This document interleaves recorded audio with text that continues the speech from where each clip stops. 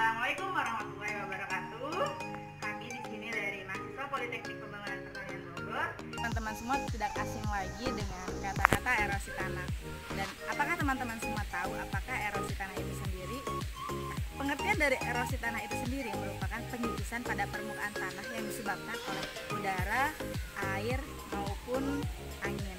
Nah, di situ juga bisa oleh aktivitas makhluk hidup ataupun aktivitas kita sendiri manusia.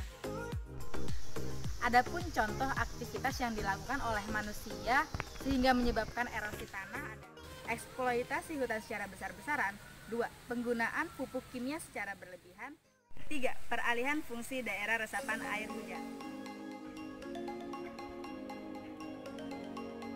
Sebagai generasi muda, kita mempunyai peran aktif dalam pencegahan erosi tanah untuk menyelamatkan masa depan.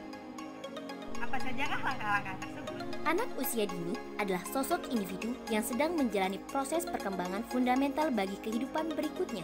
Pemberian info dan pendidikan tentang kepedulian lingkungan tanah akan memberikan dampak positif sehingga dapat memberikan kesempatan untuk eksplorasi sumber daya tanpa merusaknya. Reboisasi berguna untuk membangun kembali habitat alam dan ekosistem, mencegah pemanasan global dengan menangkap karbon dioksida dari udara, dan menggunakan hasil terutama kayu. Akan mempengaruhi kecepatan dan volume limpasan permukaan. Hal tersebut akan menyebabkan semakin tingginya erosi pada tanah. Penanaman vegetasi di lahan miring akan mengurangi hal tersebut. Penanaman berbagai jenis tanaman secara bergiliran di suatu lahan akan bermanfaat bagi tanah. Elemen utama rotasi tanaman yakni pengembalian nutrisi nitrogen melalui tanaman yang dirotasikan. Tembok penahan tanah adalah suatu bangunan yang berfungsi untuk menstabilkan kondisi tanah tertentu, umumnya dipasang di daerah tebing yang labil. Pupuk organik adalah pupuk yang tersusun dari materi makhluk hidup seperti pelapukan sisa-sisa tanaman, hewan, dan manusia. Pupuk organik dapat berbentuk padat atau cair yang digunakan untuk memperbaiki sifat fisik, kimia, dan biologi tanah.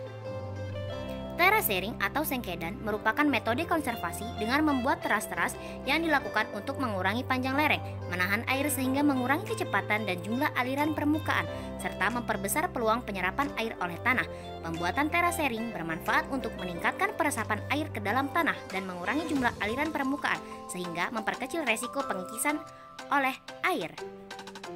Itulah tips untuk pencegahan erosi tanah. Sangat disayangkan apabila tanah di sekitar kita mengalami erosi. Untuk itu, kita sebagai generasi muda, marilah kita menjaga